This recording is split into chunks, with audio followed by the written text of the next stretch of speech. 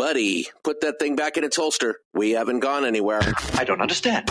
Check out the MichaelDukesShow.com for information on how to get access to the podcast.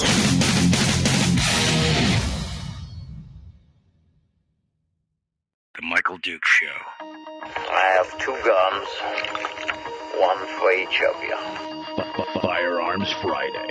As Thomas Jefferson stated, it is the right and duty of the people to be at all times armed. Say hello to my little friend. I say that the Second Amendment is, in order of importance, the First Amendment. The right to keep and bear arms is the one right that allows rights to exist at all. The Michael Dukes Show. The right to keep and bear arms shall not be infringed. Firearms. From my cold, dead hands. Friday. Here's my rifle, this is my gun, this is for fighting, this is for fun. Firearms Friday. Firearms Friday.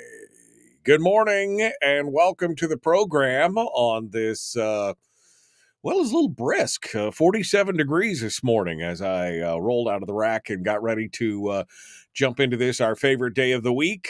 A little cool, a little clear, but hopefully a nice sunny day today, wherever you are here in the state of Alaska. I hope you enjoy it as the waning days of summer continue here. 18th of August, ready to soak up as much as that vitamin D as we can here through the sunshine and everything else.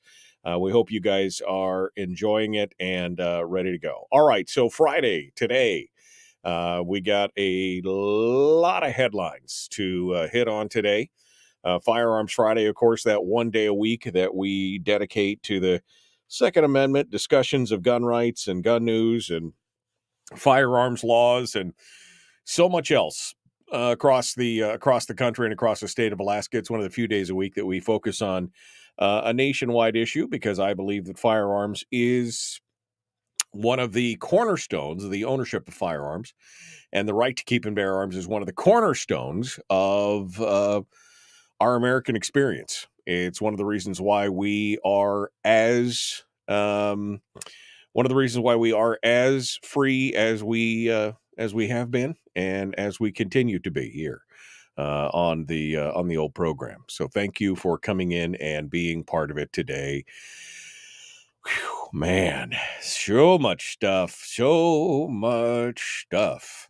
Are you ready to jump into this and get ready to go?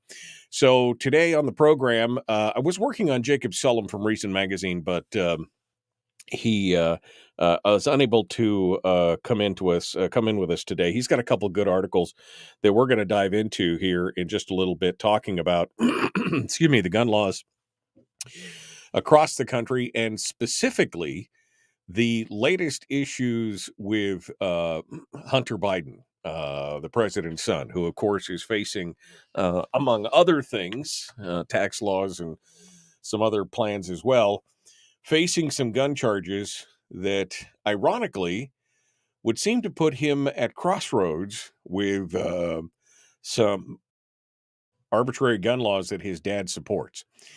So we're going to talk about that here in just a bit. It should be a very interesting discussion as we dive into that. Unfortunately, maybe next week we'll see if we can get Mr. Sullum on board to talk about that as well. Then in hour 2, we're going to be diving into it with Chris Cheng, Top Shot champion from season 4 of Top Shot, also one of the founders of the Asian Pacific American Gun Owners Association, and of course a spokesperson for the National Shooting Sports Foundation as well. Chris will be coming on board in hour 2 to share some of his thoughts with us, and we'll see what goes on with that, shall we? We'll see what happens there as we move forward. In the meanwhile, and then finally, of course, we'll finish up with Willie Waffle for Waffle Movies .com, where he comes on every week and talks with us about the news in the entertainment industry, the world, movies, streams, in the theaters. We talk a little bit about everything. So it'll be fantastic. It'll be fantastic. Okay. We will. Somebody just said it's only 16 more Fridays till winter. I mean, yeah, you could be that guy. I mean, I've been that guy. It's kind of and you know, we talked about this in the past too. The older I get, and I'm getting close to being officially old. I think one more year and officially I'm available. I think one more year and I can take my AARP card if I really wanted to. But as I get older, I mean, this stuff just goes faster and faster. The weeks just click right on by. And yeah, you don't notice it. I remember when I was a kid, you know, and it was like you're in your early teens, mid-teens, and summer just seemed to go on forever, you know, forever. And now it's like blink and you miss it. That was summer. Have a nice day. Welcome back to winter. But there it is. It is what it is. And of course, some people love winter more than summer. You sick people. Because they want to go out and go snow machining or whatever and everything. I don't know. We're all good. All right. Also in hour one today, we're opening up the phone lines for gun Q&A. Gun Q&A all day. 319-527-3864. 319-527-3864 if you would like to sound off on anything related to firearms or guns, or you've got questions or things that you've been thinking about. Then we're ready to we're ready to go, and I'm already at AARP. I thought you had to be 55 to get into the AARP. Not that I that organization. Speaking of anti-gun, that organization is already problematic, to say the least. But yeah, I thought you had to be 55. I was just not quite there yet. I'm working on it, but not quite there yet. All right, so let's see. What do we got? Oh, phone lines. I said that. We get that. Willie Waffle, yes. Chris Cheng, yes. Okay, here we go. We're ready to dive into, take a look at all the different things that are going on around the country, around the world, and what's happening pretty much everywhere in regards to the Second Amendment and firearms and all that jazz. Let's go on and talk about it. So first things first, we're going to talk about what's going on with Hunter Biden in just a bit. But before we get that, I guess we should take a look at what's going on with the Muppet in charge there. President Joe Biden, has been a stalwart defender of gun control for years. Now, luckily for the most part, he has any minor victories that he's achieved have subsequently been either reversed or sunsetted. He was a big proponent of the assault weapons ban back in 1994. He vociferously defended it. And up until 2004, when the law was set to sunset, he was one of the most vocal voices in Congress to try and renew that. In fact, they wanted to just remove the sunset clause completely. It would have left it on the books permanently. And at the time, to my shock and horror, then President George W. Bush had said, and I was so mad about this. Oh, man, I remember, because I saw the announcement and I saw him talking about it in whatever press thing it was. And essentially, he told the Congress, if you get that thing out of Congress and put it on my desk, I'll sign it. I mean,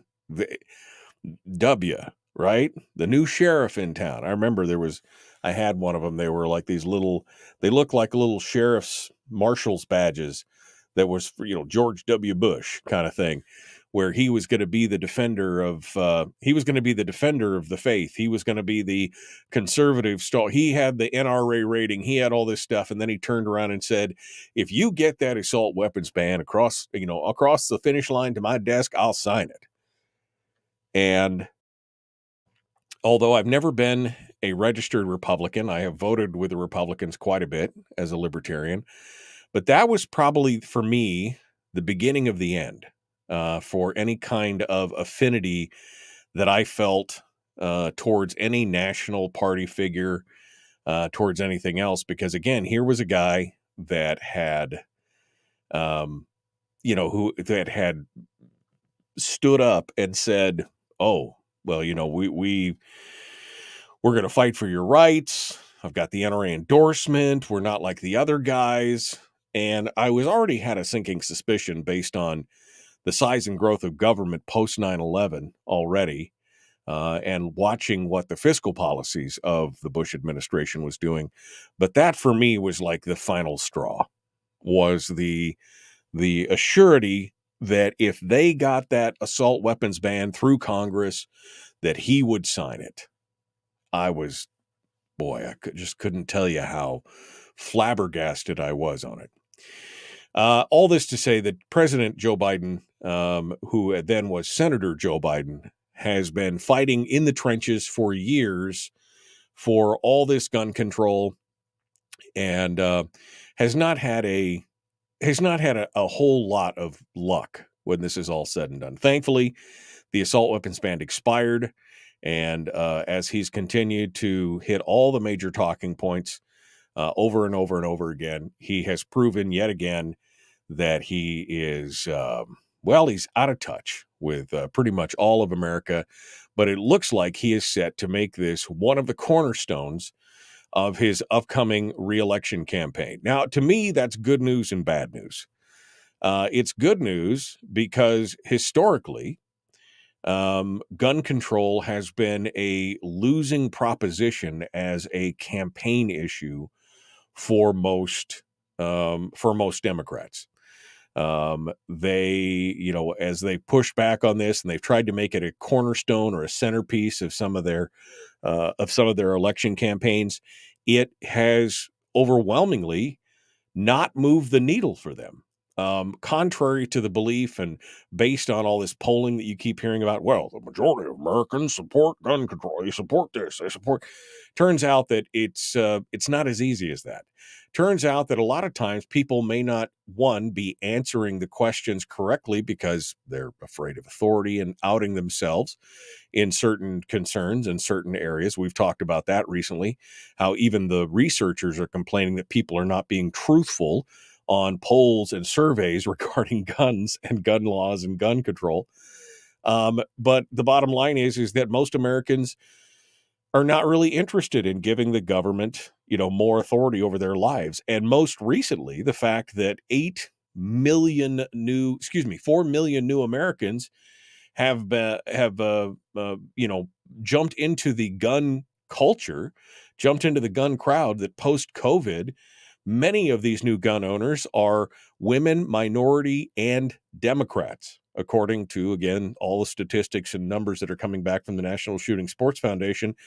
There's a huge influx of new gun users and gun owners who heretofore had bought the big lie, the big hook, line, and sinker, that it was easier to get a gun than it was to get a library book. And then they discovered that was not necessarily the case. And so I think it made a lot of them start questioning a lot of the commentary on gun control. But Joe Biden is going to try and make this, apparently, and from what a lot of the talking heads are saying, this is going to be one of the major issues that he attempts to push in the presidential election coming up. And I don't know if he's tacking more towards this because, again, he's seeing some of the push from some people like Gavin Newsom, who is also, who is, I think, making a lot of noise. We're going to talk about Gavin Newsom here in just a bit, the governor of California. I don't know if it's because he's forcing that movement or not, but we're going to have some discussions on that. And he is set right now, Biden is set right now to make some big sweeping changes again through executive order. And we're going to see how that rolls. We're going to see how that rolls. But I'm going to give you the full details on that here in just a moment. We'll continue that discussion. Then we'll talk a little bit about some other stuff and get into the discussion on Hunter Biden, his son, who now is facing off against some of those same gun laws that his father is so proud of. And so, you know, you thought he was going to get a sweetheart deal. Turns out the sweetheart deal, not nearly as good as they thought it was, because they really had to try and loop the law around and twist it into a pretzel to make it happen. And some folks were just not having it. All right, we'll continue in just a moment. The Michael Duke Show, common sense, liberty-based, free-thinking radio.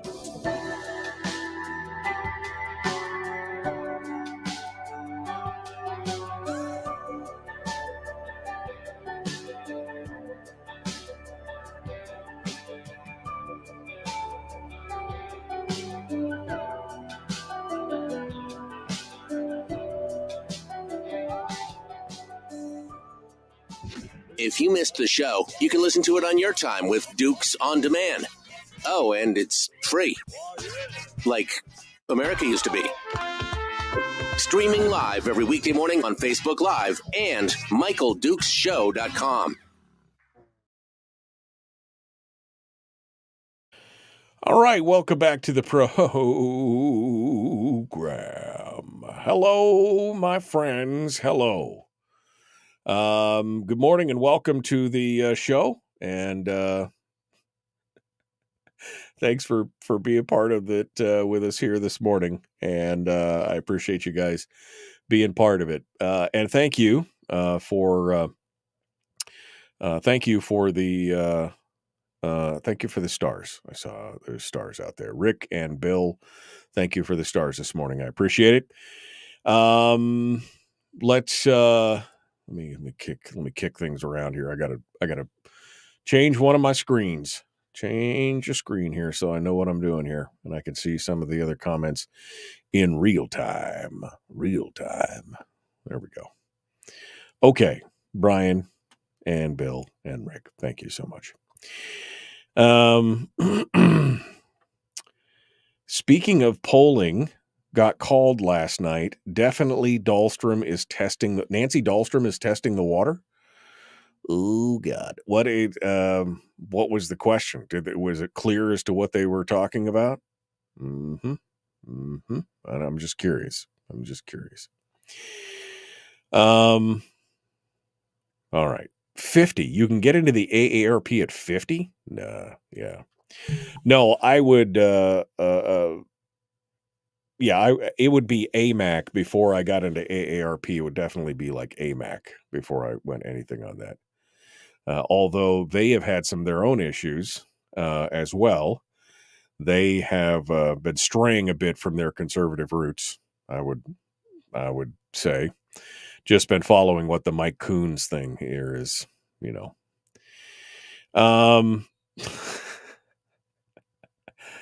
Oh, man. Let's see. Governor Hair Gel. Yeah, that's Gavin Newsom, Governor Hair Gel. That guy is way too pretty. Way too pretty.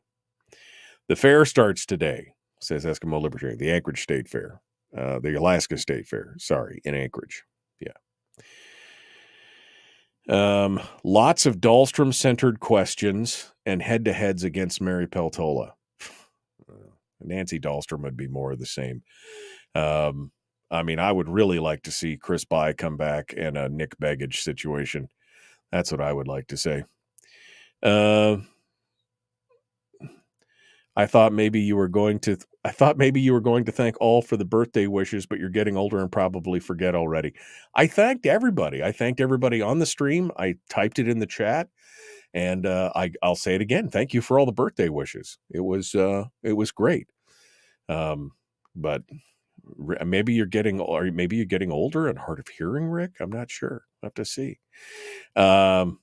Maybe I'll text by and see what he's up to. Yeah, he and I talked here recently. He called into the show just arbitrarily one day. Fair is in Palmer, right? Yes, I know. Right. Yes, you're right. The Alaska State Fair is actually in Palmer. It's not in Anchorage. I just said down in... Man, you guys are ornery this morning. What is up with all you people? Maybe I need to be a little bit more concise in my verbiage. So sorry. It's in Palmer. It's on the old Glen Highway in Palmer, right across from the Snowy Goose. There you go. Don't forget it. Bill started it.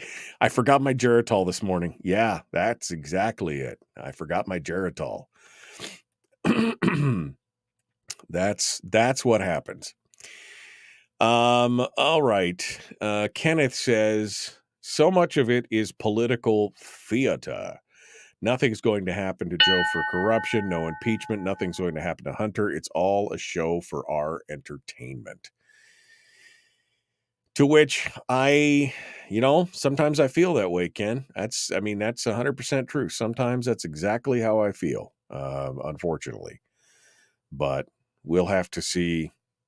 We'll have to see what comes out of this. As I get further into this, I think you'll see that maybe there's a possibility that it might be different. All right, here we go. Jumping back into it. The Michael Duke Show. Common sense, liberty-based, free-thinking radio. Like and share, like and follow. Let's do this thing. Here we go.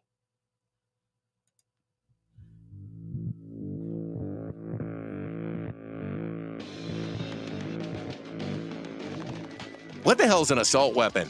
If we could just figure out how to get all of the murder guns and the attack guns and not keep selling those to people and just sell protection guns, I think that would be great and solve a lot of problems. Does this mean that if we hurt your feelings, you'd consider the Michael Dukes Show assault radio? Okay, we can live with that. Here's Michael Dukes. That's right. Nothing but protection guns for me. Nothing but protection guns. I've never owned a murder gun or an assault gun. Only protection guns. Good morning and welcome back to the program. It is the Michael Duke Show. Hour one of the big radio broadcast, and we are in the midst of discussions on headlines and everything else. Phone lines, though, are also open at 3. I know, the phone number thing is killing me. 319-527-3864. 319-527-3864. If you'd like to sound off on anything Second Amendment related, if I say something or talk about something that triggers you want to take me to task on it, or and the chat room is salty this morning. Man, these guys, they're keeping me on my toes. Don't misspeak. No, baby, don't do it. Anyway, if you guys want to sound off on anything, again, 319-527-3864. All right. So the president, again, pushing for more gun control. He, of course, has made some serious executive actions over the last couple of years here. Again, mostly on the 80% lower kits, on the arm bracing rules. They're basically going in and just changing definitions of laws as they see fit through executive action, which has seen a lot of pushback from the various courts, especially in light of the Brune ruling from the Supreme Court. That's really given some justices pause, and some of the courts, including the Second and the Fifth Circuit courts, have both basically put stays on a lot of these laws, saying that it is governmental overreach and that these bureaucratic organizations do not have the authority to interpret and change laws the way that they're doing it. I mean, and it's not just for the ATF. It's not just for gun rights. I mean, we saw that the Supreme Court came down on the EPA for their interpretation of the Clean Water Act, saying that they did not have the authority to expand definitions and change things and do stuff like that. So I think we're setting up here for a larger showdown in the near future with the Supreme Court over some of these issues and some of these rules. And quite honestly, I think it's about time. And I think there should be some kind of test, constitutional test for the fight over executive orders and executive decisions like that. That is not something that's outlined in the Constitution. And it has been an assumed power that the presidents have taken on over the years. And it is, I think it's about time that that gets challenged and decided in the Supreme Court as well. Now's the time to do it, quite honestly. And we, this whole idea that I've got a pen and I've got a phone and I can change American law without any real, this is a thing. But back to Joe Biden. Passing, parts of gun control laws has been a major component of what the Biden administration has been wanting to do since they took office. And one of the biggest things that they've been pushing is universal background check, which they claim are incredibly popular, despite most people not really understanding what all those checks entail. And again, this goes back to the idea that they've polled millions of Americans, only thousands of Americans, but, they try and extrapolate out. They have polled millions of Americans to find out if they support universal background checks, and they come back with something like 88% or something support that. But again, what are the questions that are being asked? What are the scenarios and the differences? And we talked about this. If we did have like a universal background check bill, you could not loan a firearm to a friend. You could not gift it to a loved one or a thing. You could not do any of that without begging the government's permission to exercise that right. And once those details are explained to the respondents of these surveys, the music changes a whole lot. But remember, it's not just about who's asking the questions. It's about what is the question in the long run. But CNN even is acknowledging what is about to happen. Thanks to the language of the Bipartisan Safer Communities Act, Joe Biden and his anti-gun allies are set to get exactly what they want. CNN says President Joe Biden's campaign is preparing to make gun safety a central issue of his reelection campaign, and that will start with the official approval soon and big rollout of a new executive action to massively expand background checks for gun purchases. Multiple aides involved tell CNN.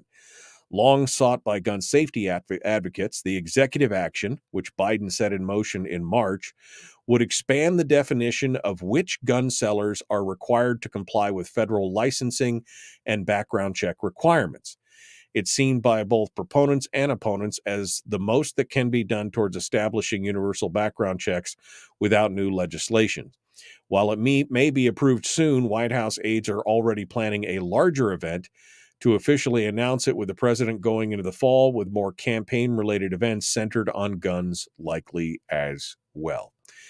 So the new definition, which is set up in the Bipartisan Safer Communities Act, the new definition of basically gun dealer, is basically anyone who makes a profit selling a gun. And of course, again, this all comes back to definitions, right? This is exactly what the Biden administration and other politicians have been hanging their hats on for years in various forms of law around the country, is how they can change or manipulate or fold, spindle, mutilate the definition of something. What is a firearm, right? At 80% now, a block of aluminum is considered a firearm, according to the new ATF regs and the new ATF rules. What is a rifle? What is a thing? Remember, a gun is not a gun, but a pistol is not a gun. But if you put it, these are the people that are making the laws. Remember that. Put a pistol on a brace, it turns into a gun. Makes it more, you can have a higher caliber weapon, a higher caliber bullet coming out of that gun. It's essentially turning it into a short barrel rifle, which has been a weapon of choice by a number of mass shooters. These are the people that are making your laws, right? Who are deciding this stuff. But the new definition basically says that anybody selling a gun for any kind of profit is a dealer. And here's how profit is defined. For example, let's say I buy a gun today for $400. And a year or two from now, the market rate, the going rate for that same gun is $500, due to inflation and, what the market will bear and everything else. And that's an increase of $100. But is it a profit? Is it a profit of $100, or is it just, again, the cost? I mean, how many folks out there own guns that they purchased for, $250, $300, and the market has just gone up and up and up, and there's been a demand change and things, or it's a collectible or something like that, and now its price has gone way up. Maybe even not collectible. It's just all of the guns of that type are now a certain amount. So is that a profit? I mean, an argument could be made that the increase is due to inflation, but the question is whether the ATF will see it as a profit. Not as if an economist or some kind of market expert would say it's a profit, but whether the ATF, remember, this is the same ATF that has now said that a brick of aluminum is a firearm. This is exactly the same thing. Even if the ATF figures that the inflationary increase is not a profit, people are still going to run into problems because most people aren't going to figure out how much of any increase is due to inflation. They're not going to just do the math on it. So a lot of people who just don't want to be bothered by it will end up going through gun stores and likely try and avoid the hassle of dealing with the government and everything else. I mean, so do you just basically sell all your guns at a loss? I mean, and who's keeping track of that? If I buy a gun, how do they know how much I paid for it? If I buy it on the secondary market, how much do they know I paid for it? I mean, it is unenforceable in many ways. This law is unenforceable in that regard, unless you mandate that there's some kind of tracking of any purchase of a firearm, which again is problematic, and I won't be complying with that.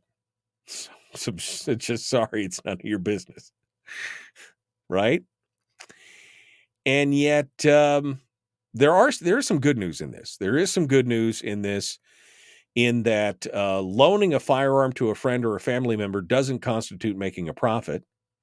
Gifting a gun to a friend or a family member is not making a profit, and then you would be exempt from those kind of requirements. So, I mean, there is like a little bit of a shiny side on this.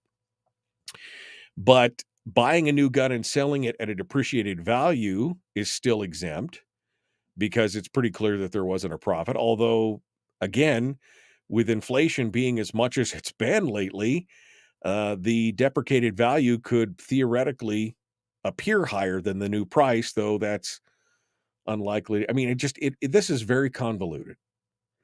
And again, I think is a clear example of why the idea of executive authority and presidential executive orders needs to be challenged at the court level. And this kind of law and creation by fiat needs to stop. I think this needs to stop. This completely I mean, the founding fathers never envisioned the idea of an executive order. That was something that was glommed onto later on by other politicians, and has just kind of been accepted.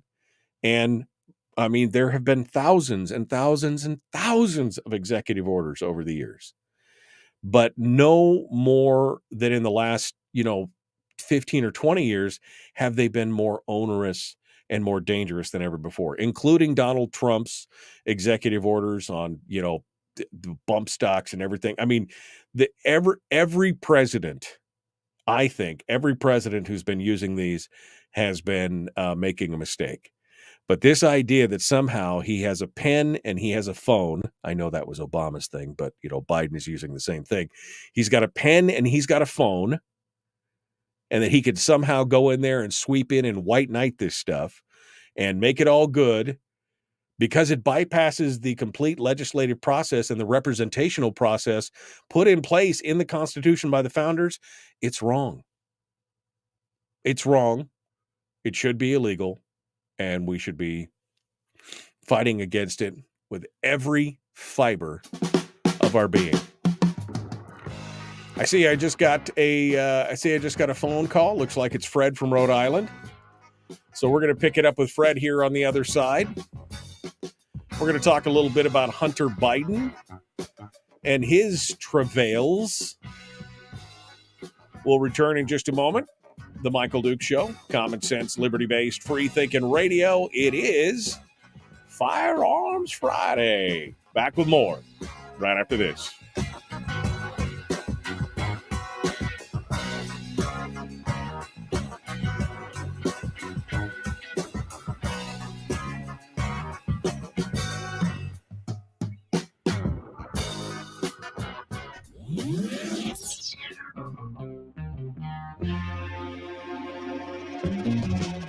Running on 100% pure beard power. Oh, also some coffee. We dip our beard in coffee. Ha, nice beard. The Michael Duke Show.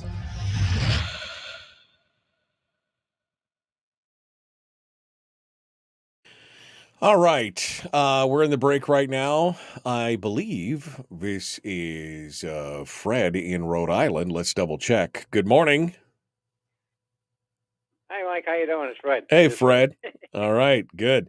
I know when I'm using the direct number like this, I can actually see the caller ID of people, so I figured it was you. Hold the line, Fred. We'll be right back to you here, and we'll jump back into this when we get back to the radio. So hang on the line here, and we'll get back to it. Let me get caught up in the chat room and see what folks are saying here. Gun safety advocates, says Brian. That's clever wording. I mean, that's it. That's exactly it. Gun safety advocates. Yeah. Oh my God, that Biden clip makes me want to barf. I mean, it happens all the time. It happens all the time. I mean, the Tucker, or the Carolyn McCarthy clip, the Schumer clip, the Durbin, and the Dick Durbin. And we all know that because of the ammunition magazines that can be strapped on to so many pistols, that these become automatic weapons similar to AK-47s. What? Ammunition magazines that can be strapped on to so many pistols that these become automatic weapons similar to AK-47s. I mean, you strap on an ammunition magazine and it turns it into a full. I mean, there is so much stupidity in there. So much stupidity. There's no reason for the ATF to exist. Every crime they investigate could easily be handled by other law enforcement agencies. Yeah. I mean, just, yeah, it's crazy. Self-defense is, this is Alaska. We don't have a shooting range at the fair. What? Do we need a shooting range at the fair? I don't know. I'm just curious. Good morning. 40-foot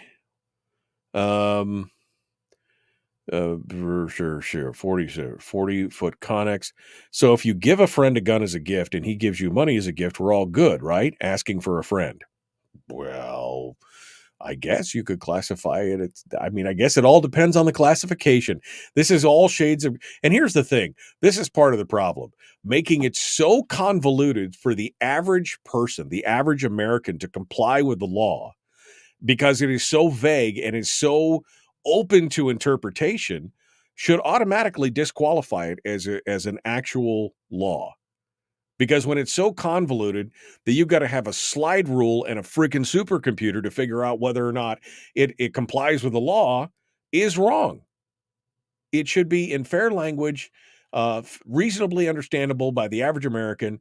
And that's just not the case in many instances here, especially when we're talking about the vagaries of, definition. What is something? That's so frustrating. It was so frustrating. We'll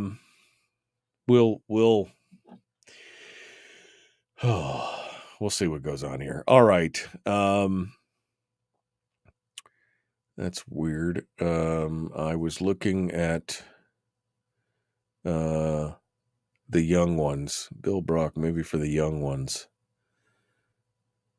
Shooting competitions. Yeah.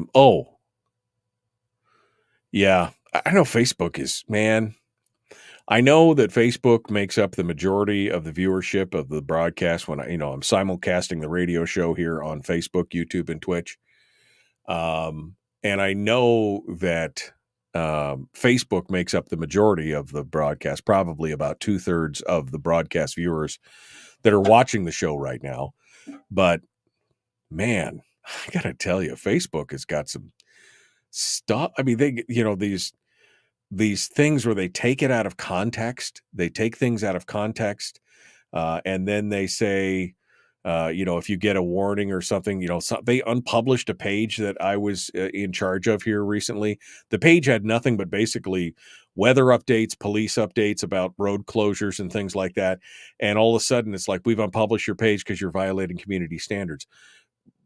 No warning, no nothing else. Just and try and find somebody to talk to get somebody to respond to.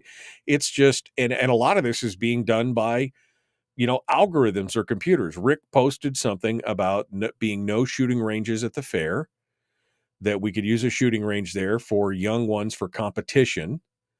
And he said, maybe for young ones. And then Bill says, that's weird. I was looking right at your comment you made about the young ones and it suddenly disappeared. And is it because, I could see it because it's sent to another chat widget for me. So it didn't get pulled for me. But it's just weird that they've got these algorithms out there that are essentially in real time moderating your speech and pulling it back. When that was an innocuous comment. I made a comment about somebody had a video of a spider in a car that was running around, and the gal she got out and ran out and she was all freaked out. It's a funny video. And I said, oh, now we have to burn the car. And I got flagged for it. Why? Because there's some computer algorithm that says that's what it is.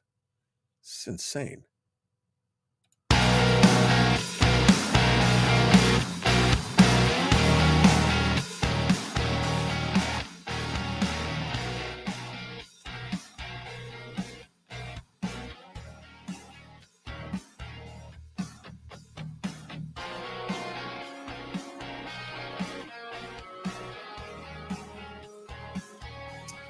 All right, welcome back to the program. It is Firearms Friday. Chance to sound off an issue. We've been talking about the president and this new universal background check law he's trying to enact by executive action and some of the challenges and problems with it. I think it'll be nearly impossible to implement it and enforce, but we'll see what happens. Meanwhile, Fred is over in Rhode Island. He listens every week to Firearms Friday on the interwebs, and he calls in to share his thoughts with us. Let's go over to him now. Good morning, Fred. How's life in sunny RI today? Mike. Oh, not so sunny. We just had big tornadoes and thunderstorms go through earlier. But, it happens from time to time. You bet. You bet. So what's anyway, make a long story short, this whole thing with Biden and his background checks, I see that as a pure violation of commerce, interstate commerce and just regular commerce laws in general, your rights in general. What business does he have to sit there and tell you what you can and can't do, what you can and can't sell based on whether or not you make a profit or not? Now, you don't have to be a car dealer to sit there and buy and sell cars. Now, I will say, in all fairness, if you do sell a firearm, it should go through a background check to the receiver just to make sure that they're not a prohibited person or someone who should not be owning a firearm. Maybe under indictment or something. But should that be a government mandate? If that's a choice, here's the thing, Fred. You can do that right now. You could say, I want to sell this gun, pistol, rifle, shotgun, whatever it is. You could say that to somebody and you tell them, we're going to do this through a gun dealer. And you pay the gun dealer his fee for doing the NICS check, and it goes through. That could be done right now. Does it have to have a government mandate? Should it be a law? Or should that be, if you feel that that's important, do you feel that people should just have the choice to do that? Well, I think there should be some type of check just to make sure that the person is a legitimate recipient of the firearm. Because, if you know the person, that's one thing. But, just if you don't know the person, obviously, yeah, you'd be crazy to sell it to someone you don't know. without doing a background check because, I mean, they turn around and they utilize that thing in some crime or some dastardly deed, and the next thing you know, it's going to come back on Well, you. should the same thing then be? I mean, that's the problem here is that, you may not know somebody, but you sell stuff to people all the time that you don't know. Should everything, potentially dangerous stuff, you have a yard sale, you're selling a chainsaw and something else, should all that have to go through a background check? Because you don't know if they're going to randomly go Texas Chainsaw Massacre on somebody. Should you have to do that as well? Well, no, from that standpoint, you make a point. However, firearms are a little bit different. You're not buying a pair of shoes here. You're buying something that could potentially designed to be used as a weapon. Could be used as a weapon. Doesn't have to be used as a weapon, but it could be used as a weapon. Has all that potential, like anything else, like a lawnmower, a hammer, or anything else. However, due to the fact that it is what it is, it should clear. I think it should clear. As far as like interfering with the sale itself, I think Biden is. I don't know where he gets his information from, but the man is definitely he's definitely snipping up the wrong tree here because right. It doesn't make a difference whether you make a profit or not. That's your business. That's your business, and that's your right under commerce laws. He has no business interfering in that. Absolutely not. He's doing nothing but stomping on the deplorables. That's all this is. He's just one more way to poke the deplorable in the eye and sit there and say, "Well, okay, see how wonderful we are. We keep all these dastardly Bible thumping, coding yahoos in line by dumping on them all the time." Well, that's part, and that's part of the whole politician's disease. If we know better than you how you should live your life, that's part of that whole disease there. But Fred, I got to disagree with you. I got to disagree with you on the background check thing. I don't know. Have you ever sold a gun to somebody have you ever sold a gun to somebody without going through a background check? Have you ever done that before? Never, absolutely okay. Never. Yeah, see, because I've done that in the past. I've bought and sold guns over the years, traded, sometimes with people I know, sometimes with people I don't know. But you get a feel for it. And of course, when I sell a firearm, I always make sure to get a bill of sale, and I always get a photo ID and get a picture of it with the bill of sale so that I know, who I sold it to and everything else. And I have stopped a sale in the past because I got a feeling from somebody like this person was maybe up to no good, and I decided to change it. I mean, I just don't think the government needs to be involved in those. There's so many things that could be used. So many things that could be used as a weapon today, whether you're selling, again, tools, chainsaws, a car, a truck, a four-wheeler. I mean, whatever it is, I don't think the government needs to be involved in any of those things because they all could be used for nefarious purposes. And at what point do we have to stop going to Uncle Sugar or go to the king to beg permission to exercise our rights? Well, no, well, you got a point. You do have a point. In a perfect world, I think that would work, but then again, not being a perfect world, I would be very suspect of turning a firearm, a firearm loose to someone who I didn't have some information on. And it's not necessarily me, it's the person, like the police. I mean, and the way it works is after 30 days or something, they're not supposed to keep in your records anyway. Just do the check. Right. Like find that. What's going on. Come on. Like that. It all clears. It all goes into the shredder. Right. I mean, come on, Fred. We know that the ATF and that the NICS system has been keeping records for years, even though they've been out. They've been scolded in inspections. They've been scolded for retaining records that by law they're not supposed to be keeping. So if you think that that's really happening, I mean, again, authoritarians are going to authoritate. Bureaucrats are going to bureaucrate. They're going to do what they need to do to keep that information and to keep you under their thumb. That's part of the problem. But I mean, you and I agree that the president doesn't have any right to do this and shouldn't be pushing this. And again, that's why I'm saying that these executive orders need to be eventually challenged by the Supreme Court, hopefully sooner rather than later on that. Final thoughts, Fred. I got to let you go. Well, it's funny. Take care, Mike. All right. Thanks so much. I appreciate you calling in. Mike is on the phone. Let's go over here and see what he has to say. Good morning, sir. Where are you calling from? Hello? Homer. Good morning, Mike. What's on your mind? I'm from California. I'm calling from Homer because I'm up here visiting. Mm-hmm. And here's a issue. As goes California, so goes the nation. Right. So watch what California is doing on the guns. And the other thing is, when you define profit, it's they're changing the rules on profit with the IRS. What used to be a step up in basis no longer is going to be. So if my grandfather bought his gun for $9 50 years ago, and now it's worth $900, and I get it, I inherited it $9. This is a huge change, and now you would just explain to me how they're going to use that IRS rule to change the rules for the ATF. Yeah. No, this is exactly part of the problem. When they can change the definition of a law that has been in place for years, and this goes back to like the 80% receiver rule, there are dozens of letters of decision that basically say, oh, yes, what you're doing is totally legal. You could sell a block, a machined block of aluminum or a sheen block of polymer that is not a firearm that people have to build in their homes and cut and scrape and weld on and do everything else. That's not a firearm. And then arbitrarily one day they just change the definition and say, nope, now it's a firearm.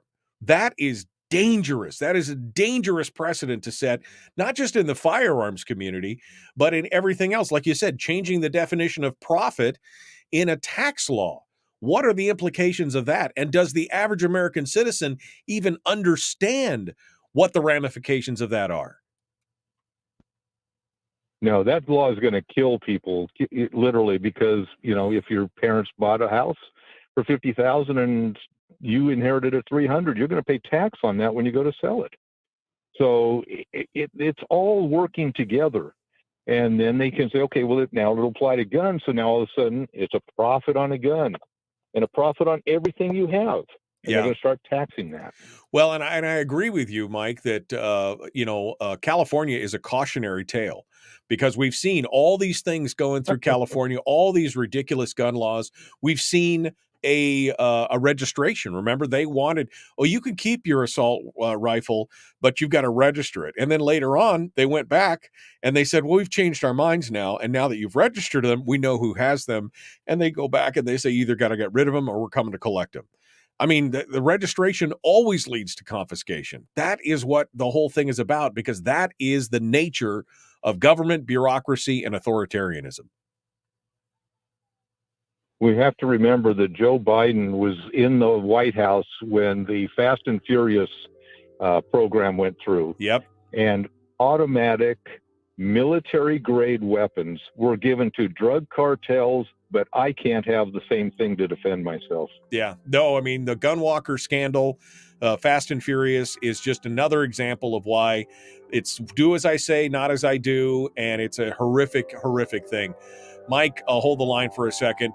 Folks, we're coming up on the top of the hour. We got to go. The Michael Duke Show. Common sense, liberty-based, free-thinking radio. Hour 2 is dead ahead. We'll be back with more right after this.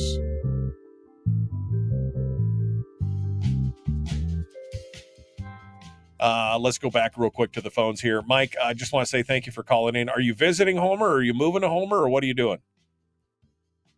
I'm visiting. I come up here every year. I'm here for about 6 weeks this year. Man, that's a treat right there. Well, I appreciate you coming up, and I appreciate you sharing that California perspective, because that's the thing. I've talked to a lot of people from California who basically say, beware. We've gone this way. Yes. Don't let your home state go this way. Although people keep holding it up as if it's some kind of great thing. But all you got to do is walk through downtown Los Angeles and look at the crime and the homelessness and the violence and everything else and figure out that they obviously don't have it together down there. We don't need those kind of and unfortunately, unfortunately, they're exporting all these Californians to other places. People get sick of it and they leave. And then unfortunately, they bring those mindsets with them. And pretty soon they turn the place that they're living into a new California. And it's a whole bad deal all the way around. Right. Are you going to talk about Hawaii at all? This morning. I'm not planning on it so far. What are your thoughts? You have some thoughts on what's going on in Hawaii right now? I was trained 50 years ago as a wildland firefighter when I was in the military, because the military fought the wildland fires in Hawaii. And so I went back and looked at what happened. And, being from California, with them not doing the alert and things like that, Paradise, when it burned in 2018, they lost 14,000 homes and 85 people. When people called into the 911 number, they were told there's no fire. Wow. And they were trapped in their homes. And yeah, it was horrendous. And it's the same thing, a one-day fire, 14,000 homes. Yeah, I mean, fire is one of the scariest things out there. Yeah, fire is one of the scariest things out there. It was just noted this morning that the emergency management coordinator for Maui is resigned because he didn't turn the sirens on. Right. They didn't do it. You know, it's like it's mismanagement. And I understand mistakes happen, but yeah, there's a lot. I know people have a lot of questions, and I know there's a bunch of conspiracy theories out there on the internet about different things and everything else, but the whole thing is just such a tragedy.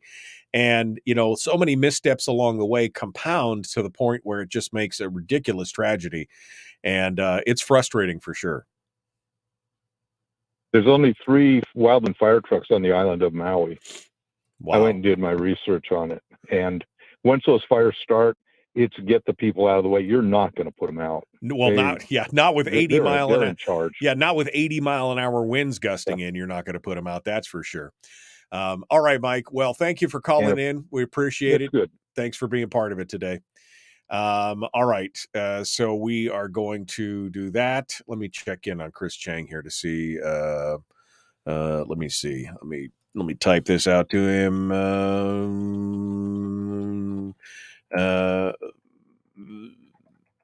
Okay, there we go. Let me go back to the comment sections and see what you guys have to say. Let's see. It's quite Orwellian, says Brian. Only the pigs are permitted to interpret the law. That's just true. I mean, only the animals, you know, some animals are more important than others and more equal than others. Only they are allowed to do that.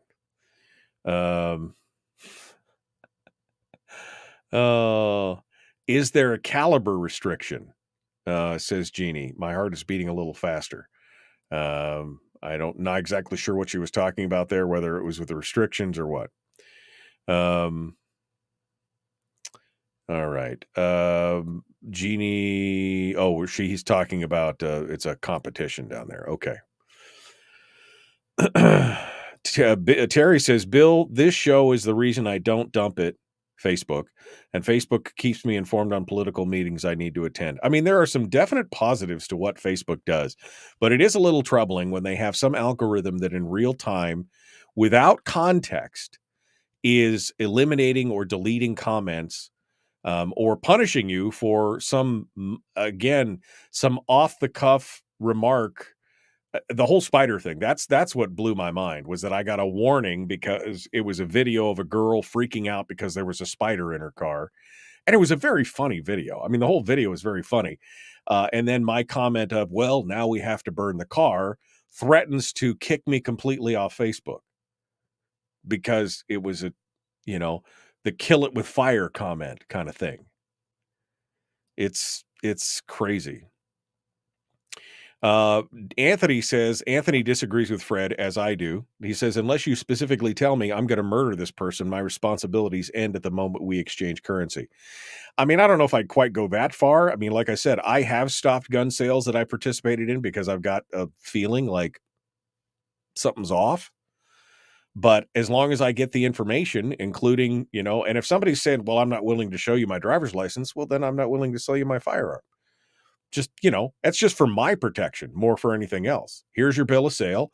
I got a copy of the bill of sale and I lay your driver's license next to it. I snap a photo of it. Away we go. It's that simple.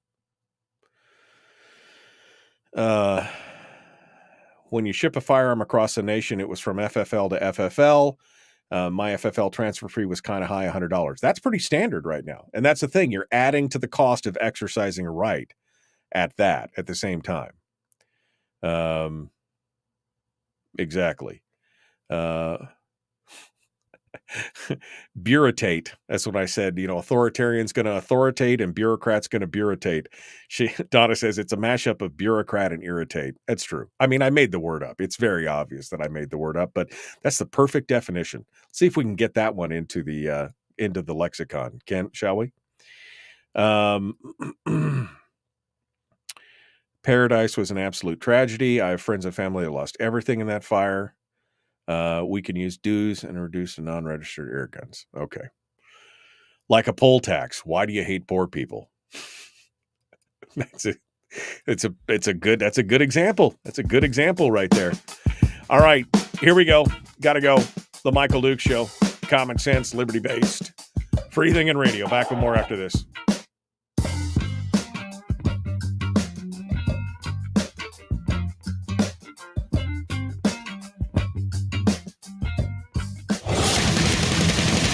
Whoa, buddy. Put that thing back in its holster. We haven't gone anywhere. I don't understand. Check out the MichaelDukesShow.com for information on how to get access to the podcast. The Michael Duke Show. I have 2 guns, one for each of you. Firearms Friday. As Thomas Jefferson stated, it is the right and duty of the people to be at all times armed. Say hello to my little friend. I say that the Second Amendment is, in order of importance, the First Amendment. The right to keep and bear arms is the one right that allows rights to exist at all. The Michael Duke Show. The right to keep and bear arms shall not be infringed. Firearms. From my cold, dead hands. Friday. Take my rifle, this is my gun. This is for fighting, this is for fun. Firearms Friday. Firearms Friday. Welcome back to the program. It is your chance to sound off on issues of a 2A nature right here on the Michael Duke Show, broadcasting live across the state of Alaska on this, your favorite radio station and or FM translator. Welcome back, Fairbanks, by the way. Fairbanks, they got some of that equipment stuff figured out, and we're back on the air in Fairbanks. We missed a couple days this week because of equipment failure. But we welcome you back to the program. Thank you for coming on board and joining us. Also broadcasting live around the world at michaeldukeshow.com on the internet. Just go there to michaeldukeshow.com to pick up the audio-only live stream to get access and figure out the links to the podcast. And, of course, to find all the links to our social media sites where we simulcast the radio show every day on Facebook, YouTube, and Twitch. So thanks for coming in and joining us. Hour 2 of the big radio broadcast. We're going to be joined in just a few minutes by Chris Cheng, Top Shot champion from season 4 of Top Shot on the History Channel. Also, one of the founders of the Asian American Pacific Gun Owners Association. It should be a good discussion today.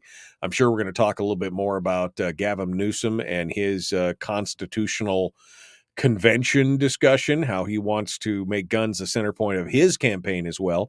Probably one of the reasons why Biden is pivoting harder towards guns, even though overall it's a loser proposition for almost every political race or contest that has been run on that.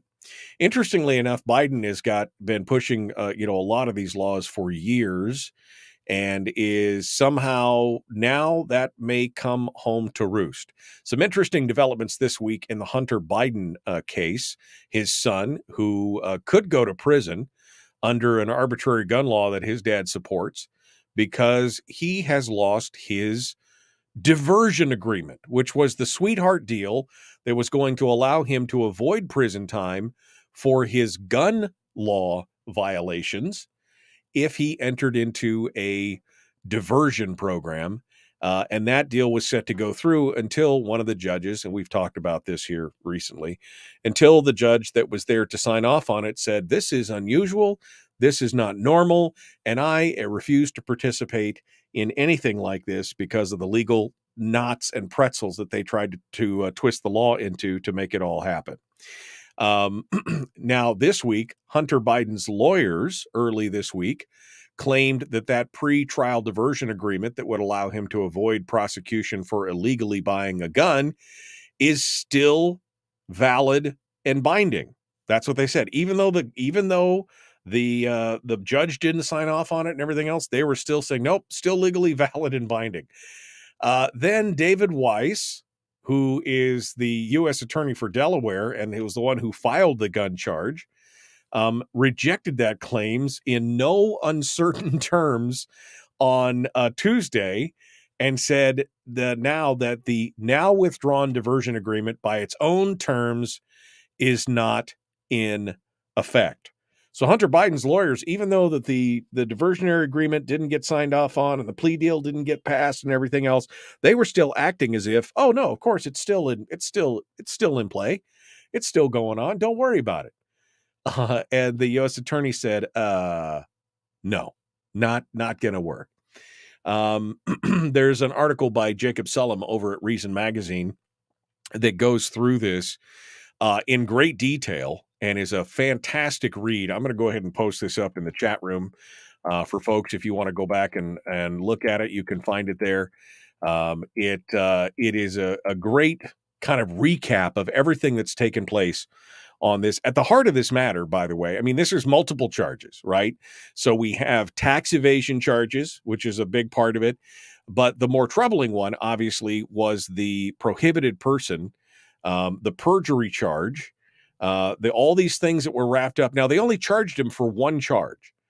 They charged him for receipt or possession of a firearm by an unlawful user of a controlled substance. That was what the single charge was. But there were 3 potential felonies involved here. They only charged him for one. Hunter Biden, by his own admission, was a crack cocaine user when he bought a Colt Cobra 38 Special from StarQuest Shooters at Wilmington, Delaware gun store in 2018. Although that transaction violated at least 3 provisions of federal law, Attorney Weiss, the U.S. Attorney for Delaware, charged Biden with just one of those crimes, the receipt or possession of a firearm by an unlawful user of a controlled substance, a felony that is punishable by up to 10 years in prison at the time of his gun purchase. Now, these crimes get prosecuted all the time. These types of, prohibited person, unlawful user, felon in possession, those things get prosecuted all the time, and people go to prison for it all the time. But Hunter Biden is not just anybody, right? The Justice Department said it would drop the gun charges if Biden successfully completed a 2-year diversion program that would require him to avoid drugs, maintain and seek employment, and stay out of legal trouble. It also would have permanently barred him from possessing guns. But it's a slap on the wrist compared to 10 years in prison. Well, that whole agreement, of course, now is out on its ear and out into the weeds. And there's been other movements as well, including Hunter Biden's lawyer withdrawing from the situation, based on recent developments and the negotiating and drafting of the plea deal, since it's going to be contested and it's not going to work. His lawyer has withdrawn. There'll be other lawyers that are going to step up and take the place. But this whole thing is crazy. Now, early on in the discussion before the announcement of the full diversion agreement, Hunter Biden's lawyers had said that they were going to fight the charges on the gun charges on a constitutional Second Amendment basis, that you can't strip people of their right to keep and bear arms simply because they are a user of illicit substances, which has been an argument that many of us have been making over the years, all told, and something that his dad completely disagrees with. But his lawyers obviously think that this is the way to go. Without the diversion agreement, Weiss is free to prosecute Biden on the gun charge as well as the tax charges. This is going to raise constitutional issues since the gun charge is based on a statute that arbitrarily strips peaceful Americans of their Second Amendment rights based on their choice of politically disfavored intoxicants. That prohibition applies not only to crack users like Hunter Biden, but also cannabis users, regardless of whether they live in a state that has legalized marijuana. There's going to be some ramifications and repercussions on this case. Again, this article is up, written, by the way, by Jacob Sullum from Reason Magazine, and I posted a link up in the chat room. You can read through it. It's a fascinating read on what's going on behind the scenes and how it may be Biden v. Biden in some point in the future as dad faces off against son in some of this stuff. It's an interesting discussion. All right, time to change gears a little bit here. We got a few minutes before we got to go to break, and I see now in the green room we're being joined by one of my favorite people in the gun community, Top Shot Chris Cheng, Season 4 champion of Top Shot, spokesperson for the National Shooting Sports Foundation, founder, one of the founders of the Asian Pacific American Gun Owners Association. There it is. Did I get it right? You got it. That's such a mouthful. We got to come up with some kind of, something smaller than that. Anyway, Chris Cheng joins us this morning to discuss a little bit of everything. A lot of things going on. Boy, man, so much stuff going on. Chris Cheng joins us this morning. How are you doing, my friend? What's going on? What's the latest in Chris Cheng's world? Yeah, well, there's some exciting new products, firearms safety products coming out. So I'm getting a little involved with helping a particular product. I guess I'll just say the name. It's called Go Safe. It is a brand new take on firearm safety and security. And basically it uses a pistol magazine that can lock and unlock both the magazine and the firearm. So, you can put this Go Safe magazine into your Glock, or your SIG or your M&P, and use a key to lock or unlock the firearm. So it's a really smooth solution. Yeah, check it out if anyone's interested. So it's called the Ghost Safe. Go Safe. Okay. No ghost here. Just Go Safe. I was thinking that's kind of a coincidence, but no. So basically, it's a magazine that goes into the basically renders the pistol inert until the magazine is removed. Is that the plan here? Exactly. And there's two different versions. Either basically a magazine block that's just a hunk of plastic and metal, or you can actually have a fully functional 10-round magazine that has live ammunition, and then you can also lock or unlock the Go Safe magazine. And so it's like I said, it's a brand new, very innovative way of approaching firearm safety. And, for a lot of people, this might be a great solution for them. And really at a big picture, it's so important for us to have options, right, for firearm safety at a variety of price points and to accommodate a variety of lifestyles, whether it's home defense, concealed carry. And so the Go Safe, I think, is a really, really fantastic product that should be considered when someone's thinking about firearm safety and security.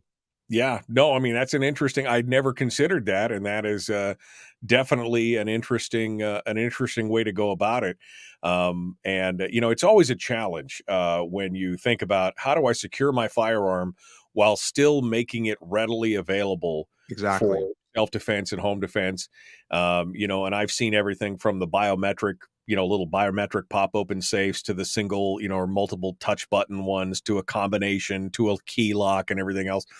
And it's always a challenge to try and figure out which one's going to fit you. So more choices is always better than fewer choices as far as that. Yeah. Indeed.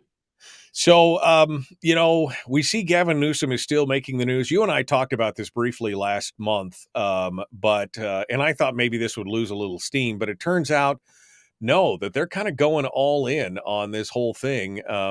But even some of the anti-gun crowd is voicing concerns over Gavin Newsom's push for a constitutional convention for what he's calling the right to safety, where he's suggesting that there be a constitutional convention for the U.S. Constitution to basically negate and regulate firearms, specifically what they call assault weapons, out of the Constitution. But there's some dangers there for folks on both the left and the right on this.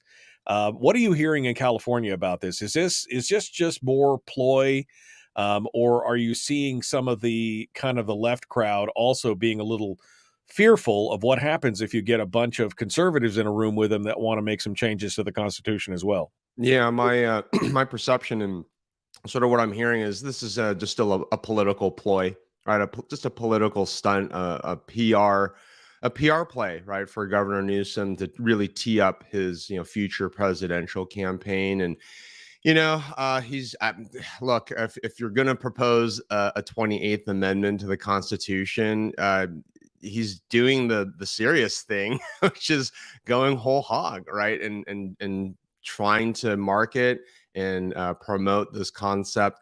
It's not going to get anywhere, though. And, there's just I'm not seeing any real groundswell of support, here in California. It just seems like, this is maybe one of Governor Newsom's little pet projects that, if he's going to get any traction, he's got to have the support of the anti-gun crowd.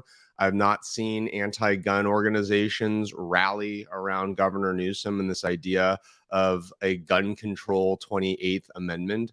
So it seems dead on arrival, but of course, hey, anything could change. We clearly are not in the presidential campaign season, it's not in full swing yet, although it's ramping up pretty aggressively. So I know the Democrats want to make guns and gun control a very key focus for the 2024 elections. It's really unclear if the general public, if we're gonna make that an issue that we really care about, given high inflation, high interest rates. The housing market is a little rocky. The sort of the economy is probably still front and focus for most Americans, and keeping your grocery bills down, keeping cost of gas down, so we can pay the bills and support our families. I want to expand on this a little bit when we come back, because I think you're right, and I think historically it's shown that we'll talk about this here on the other side. Chris Cheng is our guest, Top Shot champion, season 4, National Shooting Sports Foundation spokesperson, and author of the book Shoot to Win, which if you don't have a copy of, you should go out and get a copy of. What is it? Is it second or third printing now? Second edition. Yep. Second edition. That's right. With all the new good stuff in it and everything else. It's a great book, especially for new shooters. You should go check it out. Go to topshotchris.com and you'll find links to those books and more. Chris Cheng, our guest. We return in just a moment. The Michael Duke Show, Common Sense Radio. It is Firearms Friday.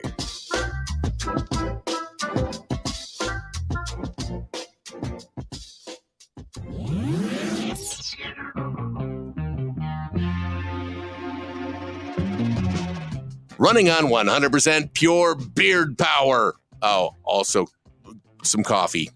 We dip our beard in coffee. Ha, nice beard. The Michael Duke Show. We're going to have to lend Chris Cheng a little beard power there. Says get him a little. And wow, dipping your beard in coffee. Ooh, that is we save it for later. It's just we call it the flavor saver. That's what we call it. My soup strainer, my flavor saver. My wife laughs. She goes, "You got a little bit of," and I'm like, "I'm saving that for later." That's it's the running joke. People with beards. I mean, it's hard to have a beard sometimes. You gotta do it. But they, it's my superpower, right? It's like my Achilles tendon. That's what it's all. It just keeps me going. Chris, so what else August. So we got the new videos coming out. I do want to talk about that, but what you've been doing, you've been working with the Go Safe, right? So that's good information. We'll have to check that out. Next time you're on, bring one up and describe it, show it to us. It'll be fun. Yeah, sure thing. But what else you been doing? What any kind of fun stuff for the summer? Or is it all work and no play? Yeah, well, I'm actually heading off to Europe and then Hawaii for a wedding. So, Europe's vacation, Hawaii's a friend's wedding. So that's going to be a lot of fun. But let's see, today is Friday. So tomorrow, APA GOA, and that's the Asian Pacific American Gun Owners Association. We're holding a very special event in Florida with JJ Ricazza. And for those who aren't familiar with JJ, he is a world champion pistol shooter, phenomenal guy, just a wonderful person. And so APA GOA is putting on a master class and also, I believe, sort of a beginner's class too in Florida. I think there's still some tickets left. And so, I'll give you a link, Michael, for tickets. And there's also a discount code I can provide for listeners. And if you are in the Florida area and want to go get some instruction from a world-class pistol shooter, JJ Ricazza, tomorrow, Saturday, APA GOA is hosting a really great event. Well, that sounds like fun. I know there's a few people who listen in Florida. I don't know if they listen in real time or not, but we'll post the links up when Chris gets them to the chat room, and we can share that with you folks and do all that as well. You know, we're watching all this madness. Have you been following the Hunter Biden deal much at all? Absolutely. I mean, what a total sweetheart deal. I mean, just really, really strange that he was what felt like he was just going to get a slap on the wrist. And I mean, when I read the plea deal, I mean, it was jaw dropping. It was like, well, like how it just, right, any average American who faced charges like he does would not get anywhere as easy as that proposed plea deal. And so I was pleased to see it basically rejected, right, by the judge, and it's going back, and well, we'll see what happens. 3 felonies for just the firearm purchase and possession alone was 3 felonies, but they only charged him with 1. Everybody else, they throw every charge at you they can get, so that when it comes time to plea down, they'll hit you with 38 charges, and so they can plea down 6 or 8 or 10 of them and still put you in jail for years and years and years.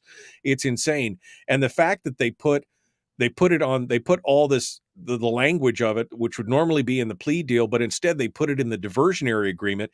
And then they put in a clause that basically said he couldn't be prosecuted for any other crimes that were separate from this proceedings. The judge was like, what? And no, I'm not signing off.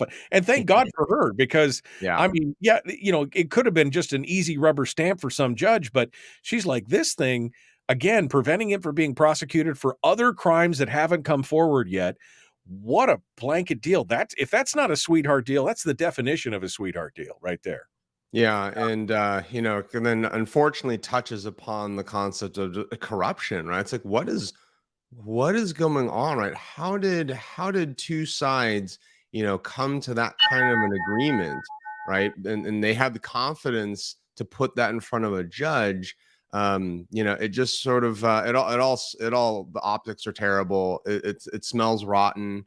The whole Hunter Biden thing is unfortunately a big distraction and a huge albatross around the president's neck. And clearly, Hunter Biden is major liability. I mean, major liability for the president's reelection campaign.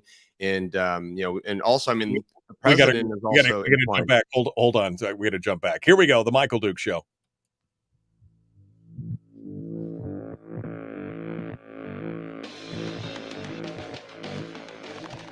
What the hell's an assault weapon? If we could just figure out how to get all of the murder guns and the attack guns and not keep selling those to people and just sell protection guns, I think that would be great and solve a lot of problems. Does this mean that if we hurt your feelings, you'd consider the Michael Dukes Show assault radio? Okay, we can live with that. Here's Michael Dukes. That's right. Nothing but protection guns in my house. I'm sure Chris Cheng has no murder guns in your house, right, Chris? Exactly. I only have the protection guns. That's for exactly sure. Right. I specifically asked for, I'm sorry, sir, this is not what I asked for. I do not want this murder gun. I only want the protection guns. Okay. Just keep the rest of them to yourself. The protection guns might cost a little more, but right, the premium is worth it. That's what they should put up a sign. And it says, we only sell protection guns. Therefore, there's a slight premium here. We can sell you the murder guns, but they're cheap. It's so ridiculous sometimes. Chris, before we went to break, we were talking about the elections coming up and how Gavin Newsom seems to be really trying to raise his visibility because, let's face it, Joe Biden is not that popular. Even amongst his own party, he has got a very low popularity. The guy is, it's kind of spooky to watch him because he again seems like he's kind of bumbling around. And I think a lot of Democrats are feeling that. So I think Gavin Newsom is trying to raise his visibility as a potential candidate for the presidency. And he's made this whole gun control thing a cornerstone with this proposal for a 28th Amendment to the U.S. Constitution. And now we're seeing Biden pivot back towards this with more executive orders and more things. And of course, now we're talking about this universal background check from the Bipartisan Safer Communities Act and all these other kind of things. And as you said earlier, they're trying to make this gun control kind of a cornerstone or maybe even a centerpiece of a lot of their policies and a lot of their campaigning for president, which to me is actually okay because historically gun control has been way down on the list of what's important for many people, right? I mean, you were saying it earlier. They're worried about their jobs, about paying for their food, about paying for their rent and their mortgage and all this other kind of stuff. So what are your thoughts on turning gun control into a centerpiece of a campaign, even though all the polls and the talking heads all say it's a super important issue? Do the American people feel that way in your mind? Well, I think it's one thing to, look at a poll, right, which is sort of, right, it's always a snapshot in time. And, right, if you put an issue in front of in a poll, of course, people are probably going to think that the issue is a little more important than maybe it really is in real life compared to the day-to-day realities of paying the bills. You've got to, right, buy groceries, you got to, pay gas, you got to get clothes for your kids and for yourself.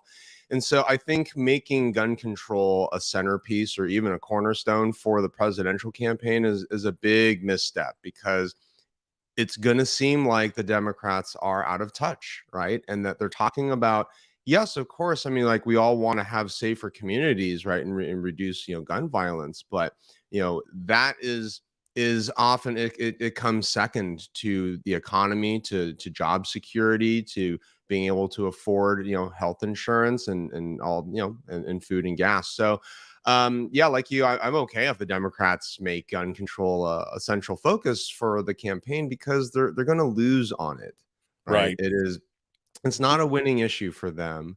And I think Democrats are good to be wary of Governor Newsom and his push for this gun control 28th Amendment, because I don't think it's not a winning strategy, right? It's not going to happen. It's not going to benefit the Democrats. But of course, they're going to self-sabotage, right? They can't help themselves, and they always want to talk about gun control. And we're going to see gun sales go through the roof like we normally do, if we actually see any traction on this 28th Amendment. And, one thing that we've seen over the past, decade or so is a lot of gun owners are paying attention, right? They're paying attention to what's happening to gun control proposals in their state and at the federal level. And there's more gun owners, right? There were 14 million new gun owners with the pandemic, and many of them are going to vote, for the Second Amendment.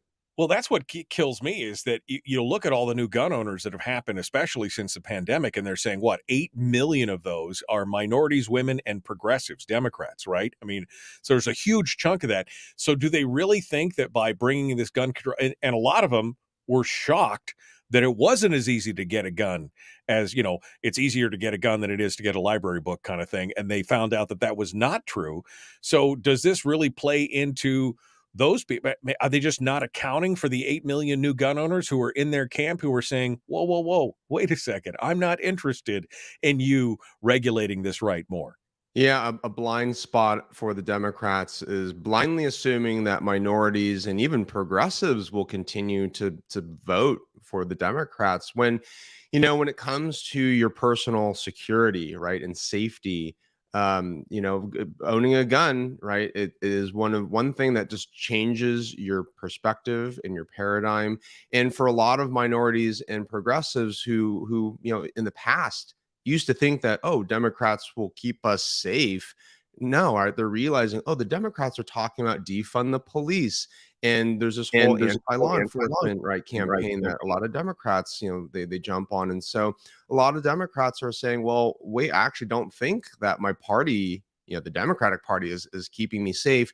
Therefore, I need to purchase a firearm.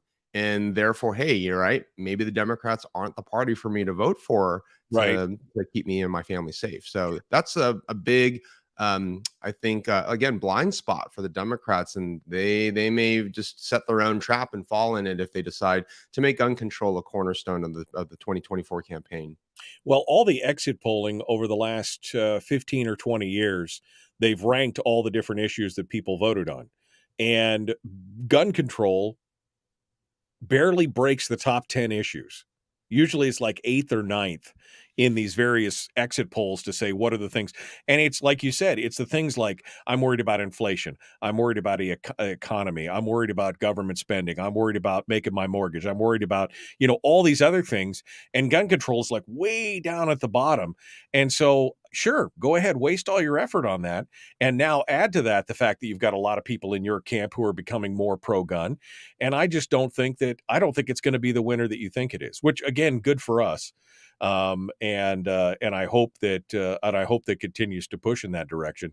But it's definitely interesting to watch, especially since some of the newer statistics are coming out. I don't know if you've seen this, but this came out earlier this week that the preliminary numbers for 2022 are out. They don't have them all out yet. They don't have the full statistics, but the preliminary statistics are coming out, and they're showing that spike in homicides and gun violence in 2021 has dropped by something like 60%. I mean, it's a precipitous drop. And in fact, we're back on track for that, what we talked about, the decline in violence and crime and everything else in the country that's been going on for decades is now continuing back on track. It was an aberration, and now we're back on track. We've got 100 million more guns than before, and yet we have lower crime, lower violence, lower homicides.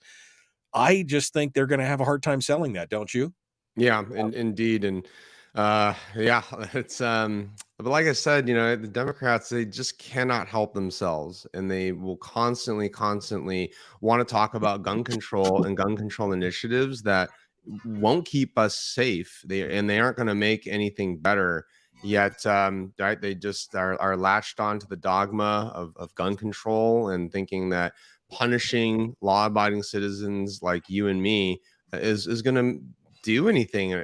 Clearly, That'll make a difference. Yeah, it won't make a difference. It's a tough thing. Chris Cheng, Top Shot champion. Thank you, my friend. Hold the line, folks. We're out of time. The Michael Duke Show. Sorry, Chris. I got deep into the talk with you, and I lost track of the time. Yeah, no worries.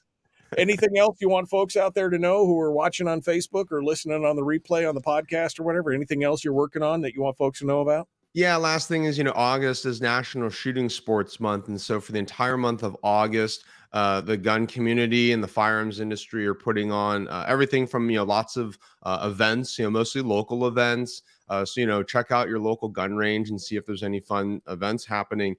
Otherwise, you know, the whole goal of National Shooting Sports Month is just to get out to the range, right? Get out and shoot, right? Your gun might have been sitting in the safe for the past few months, maybe past year or years. This is your month to go out to the range, get some practice, bring a friend, bring a family member, and yeah, just go out, have a great time at the range. Well, and bring a friend, especially a neophyte. I mean, you were talking about here recently, you took out some of your coworkers from the tech community, and they discovered that it wasn't nearly as spooky, scary, evil, whatever descriptor they wanted to use. And they were kind of shocked by that, right? Yeah, exactly. And, you know, same with a bunch of my gay friends who I hosted over the 4th of July weekend. And, you know, I have a private range, which is a wonderful resource. And, you know, for them, you know, we were able to have a private shooting session. And so they were very comfortable, you know, just like, right, with me and our friends. And for many of my gay friends, right, it changed their perspective.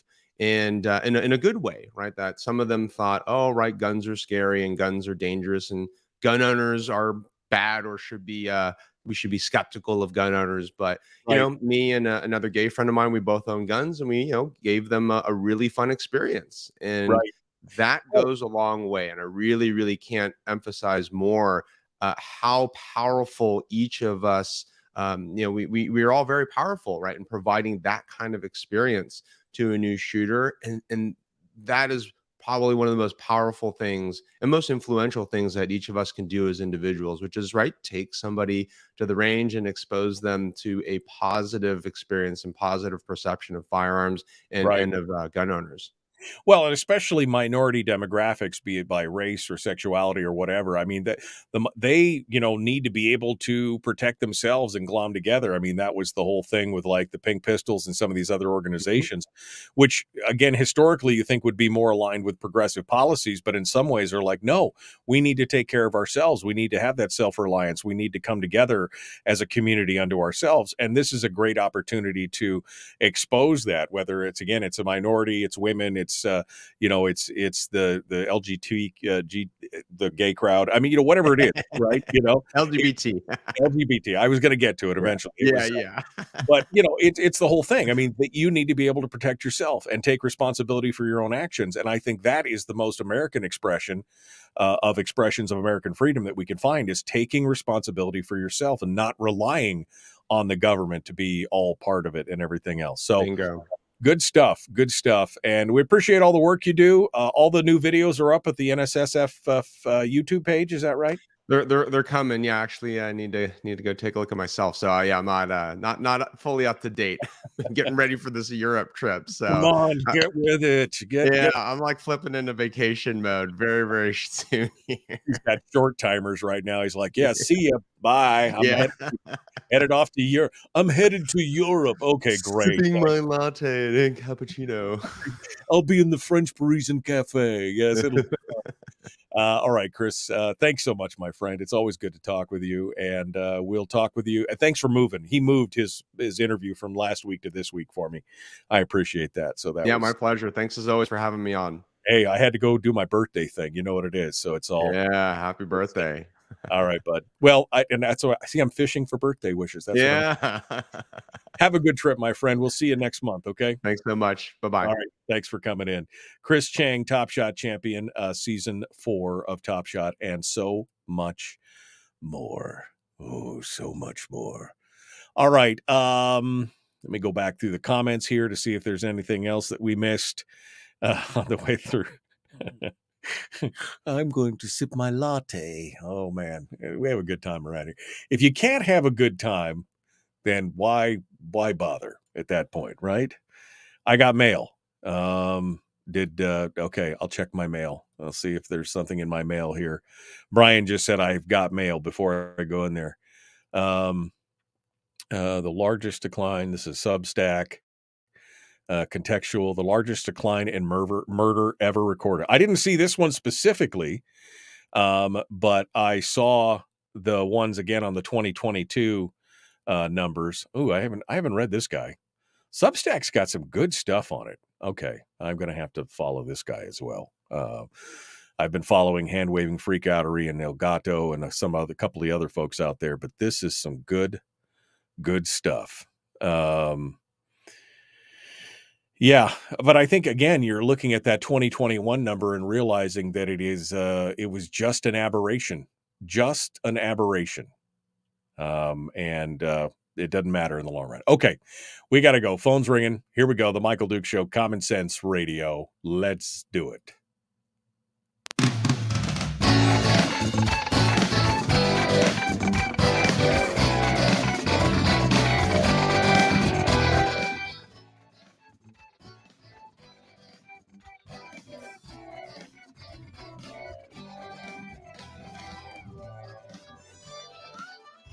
Well, hey there. Ready to go? Ready to do this thing? Yeah, we call this the weekend. It's about to us. But before we get there, as always on a Friday, we need to talk to our friend, the one, the only, Willie Waffle. Hello, my friend. How are you doing?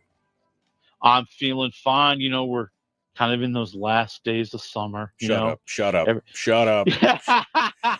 We've had. But I say that. I'm a fall football guy. Oh, are you? So I'm excited as it starts to get a little bit colder every day. The sun doesn't stay out quite as long.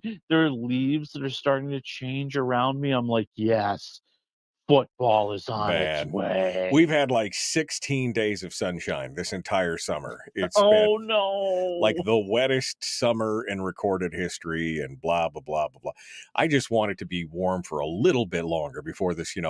Nobody wants to be quoting Ned Art Stark, "Winter is coming" kind of thing. But it is, unfortunately. We're probably only about 10 weeks, 12 weeks away from snow, so it's It's not fun. All right. Well, let's get started. We'll talk about the streaming stuff and the news and the entertainment. Let's go start with entertainment news. I guess we could start with snakes. Why'd it have to be snakes? Right? The famous line from Indiana Jones, Harrison Ford. Well, there's the plot twist coming on this one. That's right. This is actually one of my favorite stories of the week. Harrison Ford has a snake named after him. Wow. Yes, a new breed of snake was found way up in the Andes Mountains of Peru, and the scientists found it I guess back in 2022, and the name didn't come out till recently when they published their scientific article about this new species of snake that they found. And yes, it is. I'm going to try to say this. I may not say it right. The Tachymonoidus harrisonfordi. Yep, wow. it is 16. That's a mouthful. It's 16 inches long. It eats frogs. It eats lizards. Right. And Harrison Ford is quite touched. In his public statement, with his tongue firmly in cheek, he said, "Why do these scientists keep naming critters after me, and it's always the ones that terrify children?" Wow. Has there been, is there other things named after him apparently? There are other things that they're all like murderous animals that nice. and nice. like poisonous plants and things like that. Wow. Must be tough. And it was really funny. It was very funny because in his statement he's like, "I'm a nice guy. I have a basil garden. I sing to the basil every day." Yeah, why? Why the flora and fauna that wants to kill everyone? Why do I get named after that? I guess that's the thing. Yeah, because he's never been he's always the hero. Yeah, he always saves the day. And the only thing that ever be named after me is some new species of slug or something. like just it barely moves. It eats its own excrement or something, and then it'd be like, yeah. Oh man, I want my own ice cream or sandwich named after me. Oh well, okay, all right. Well, you already have breakfast named after you. What else do you want? Well, yeah, it's true. It's true. And he still doesn't even get any royalties out of that. What is the deal with that, right? I gotta do some research into that. I gotta find out how I'm gonna cash in. Yeah, you should be cashing in anytime somebody says the Waffle House. They should have paid you a bank for that. All right. I've been hearing a little bit about this, even though I'm not a sports guy. It's been bleeding over kind of everywhere.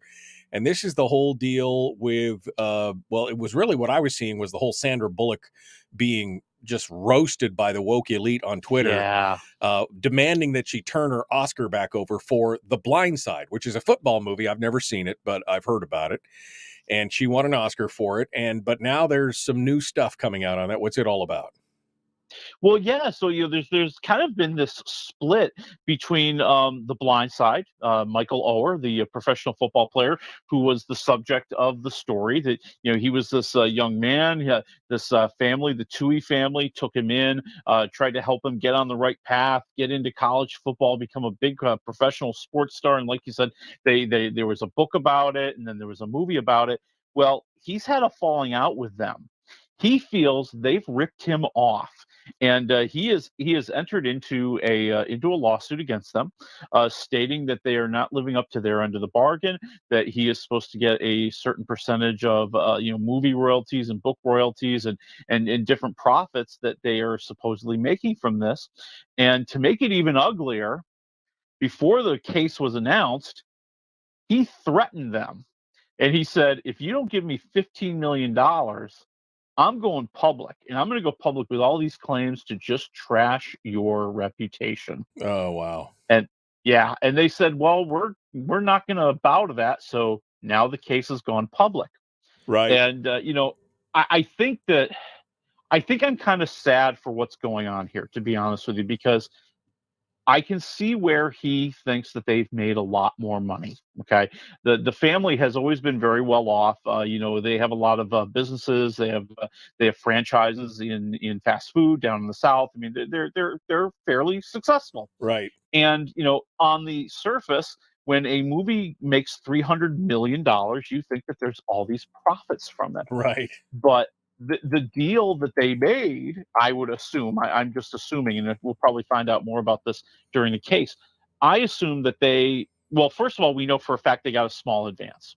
Right. And then they get a percentage of what's called the net profits. Ooh, and that's where they get you every time. They get you every time. Every single time. That's why you take points on the gross, not on the net, and you take small points. Right. You take small points on the gross, but you take it on the gross, because otherwise they got a whole floor full of nimble-fingered accountants and sharp-penciled attorneys that'll be like, "No, we didn't make any money. I mean, we took it $300, but it's been consumed by all this other stuff. There's no profit in it."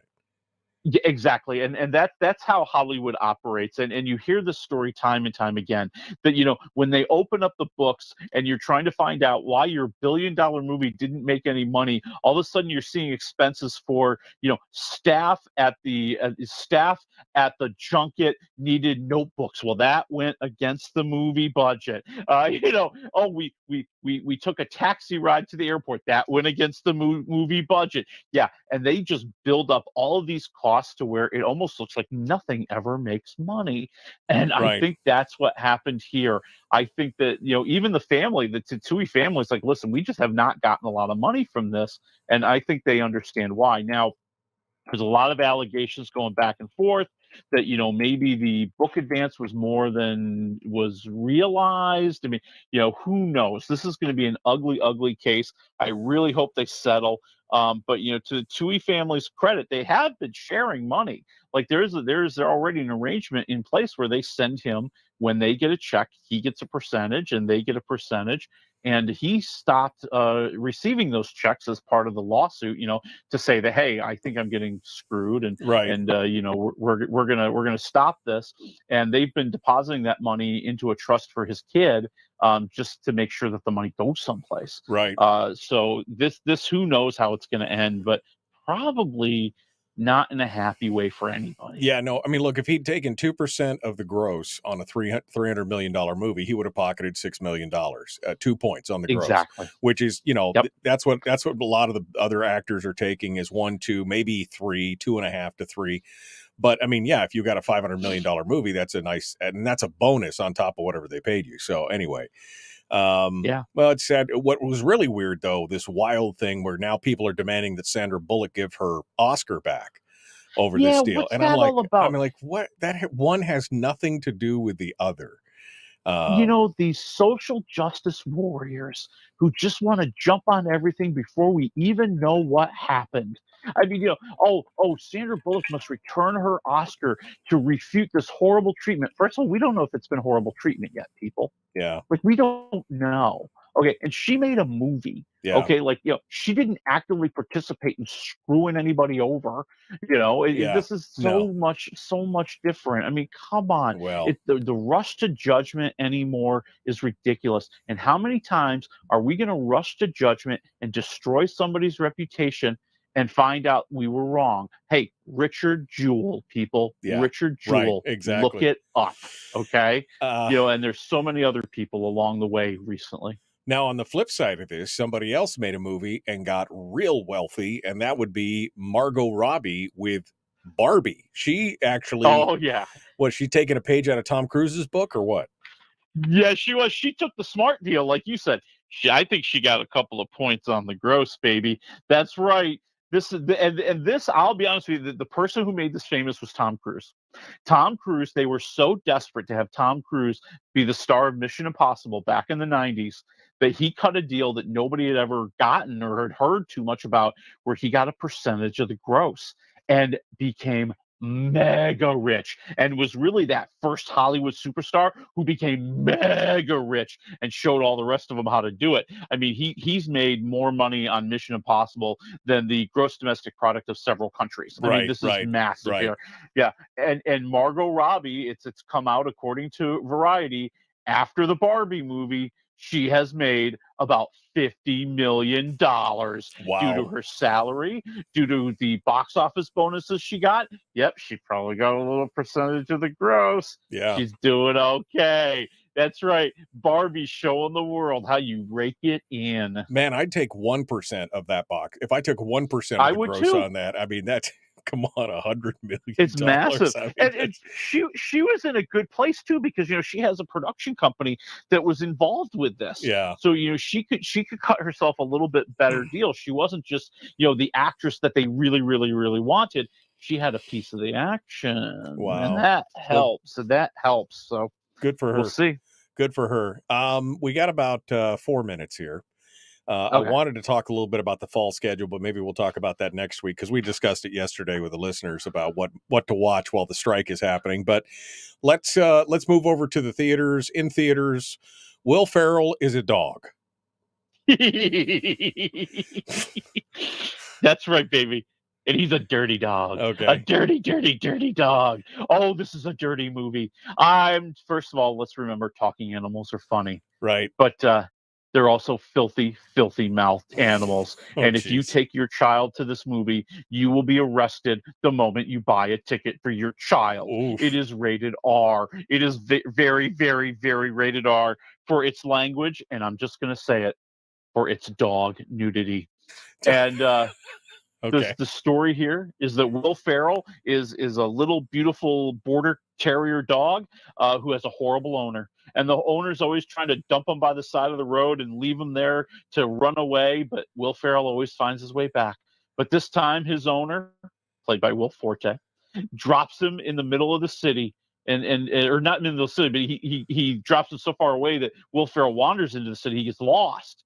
And he falls in with a bunch of stray dogs who help him hatch his plan to get revenge. He's going to bite his owner someplace really bad. Oh, gosh. Well, I can see this is... Well, does it work? I mean, is this... Oh, it does. It does. I mean, listen, it's not the greatest movie ever. And it is just rapid fire. Let's just throw out every filthy joke we possibly can and see what sticks. And enough of it sticks, and it's silly enough, and it's outrageous enough, and it's crazy enough to make you go, you know what? At least I laughed for 90 minutes. And by the way, thank you for making a nice short movie that just is the perfect length. I'm going 2.5 waffles. 2.5 waffles. All right, but definitely not safe for work. Oh, dear Lord, Yeah, no. I don't okay. even think you can watch the trailer at work, okay? Okay, all right. So we'll watch that one. If that's your thing, then you know what to watch. The second one is the latest superhero movie, Marvel, right? I mean, this is the blue... Well, this is... Yeah, or is this DC? This is DC. Okay, so Yep. DC. And because this is not a hero that I'm really familiar with. The Blue Beetle. Give it to me here. Yeah, you might as well just call him Spider-Man. Okay, so yeah, he's a recent college grad. He finds himself in possession of this ancient relic that melds with him and makes him into the Blue Beetle. And he's of course fighting off an evil corporate crazy woman who wants to use that scarab, that ancient relic, to make let's just say an evil force that she can control. And listen, it's silly and fun, and I really like the kid who plays Blue Beetle, the Zolo Miraduena. If you ever watched Cobra Kai, you know who he is, and he is just very entertaining. He fulfills that Spider-Man kind of energy, right? The young kid, he loves his family. He's just trying to do the right thing. He's going to protect his family at any cost. He's overwhelmed by all these new powers that he has. Oh, and this ancient relic talks to him. And they have conversations, and it tries to guide him. And you know what? I'm going to go 3 waffles. And the reason it's 3 waffles is because George Lopez is in here as Uncle Rudy, and he's funny. All right. Well, that's good. I mean, because DC's been kind of meh, but maybe they're turning the corner on this. It's got the right humor, I think, is important in these movies. They don't need to take themselves quite so seriously. All right. Well, we're out of time. Willie Waffle. WaffleMovies.com. My friends, thanks for joining us. If you missed anything today, don't forget to hit it on the podcast, available wherever you find great podcasts. We will see you tomorrow or Monday, The Michael Duke Show, Common Sense Radio.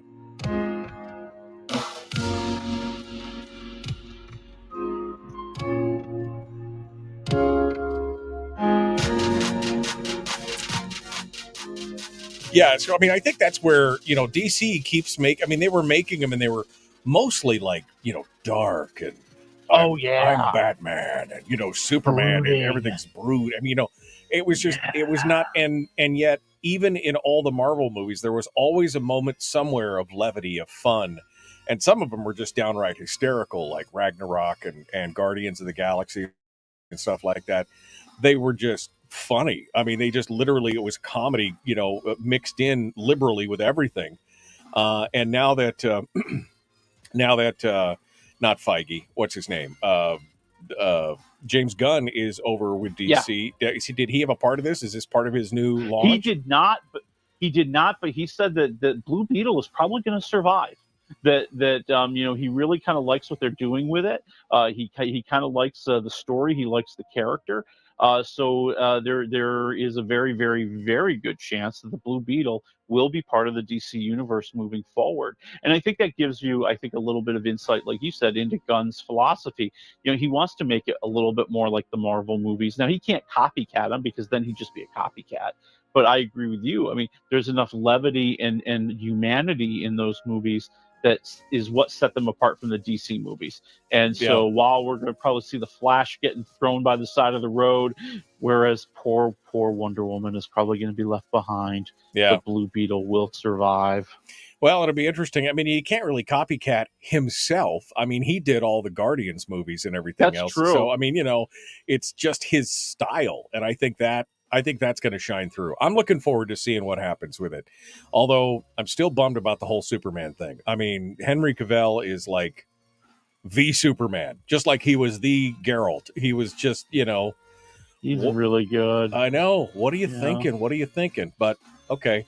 I mean, it is the multiverse. You could just suck him in from another universe and say this Superman is here now. I mean, if you wanted to. Well, I think the falling out there is probably too severe for him to ever want to go back. Yeah, no, I think that bridge has been burned with napalm. So yeah. Yeah, and honestly, I think they went for a young Superman because they have this vision that they're going to have this kid signed up as Superman for 10 or 15 years, whereas Cavill's probably not going to last that long, although he's in good shape. Yeah, he's probably not going to do 10 or 15 years. Now, I think that's silly because what does last 10 or 15 years anymore? I mean, just go with what you got for a couple of movies and then you can change if you need to. Yeah. But, hey, what do I know? Yeah, what do we know? We just talk about it. We don't actually create anything, I guess. All right. Well, Mr. Waffle, thank you, my friend. Next week, we're back with more. Fun. Oh, yes. How about the Gran Turismo is out there? And I'm looking forward to this. I think you might be looking forward to this. Star Wars Ahsoka. Yeah, I am definitely. I just finished Andor. And did you? Wow. Okay. Wow. What an amazing show. So good to see all that backstory, to see the rise of the Empire, to see the crushing grip that they were placing on it's fantastic. And they get such good actors, so many good actors in these things. I'm really looking forward to seeing what they do with Ahsoka. So thank you, my friend. It's good to talk with you. We'll see you next week. Next week, man. Folks, we are done. Monday. Have a great weekend. We'll see you then.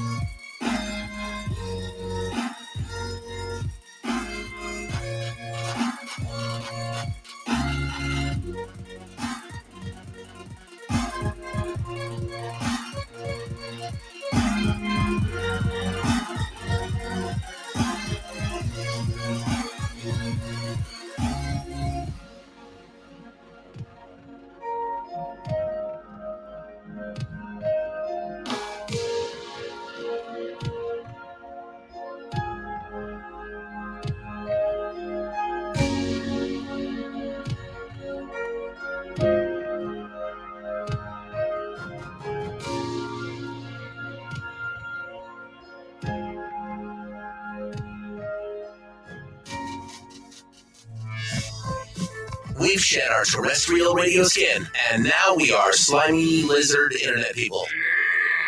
It's the Michael Duke Show.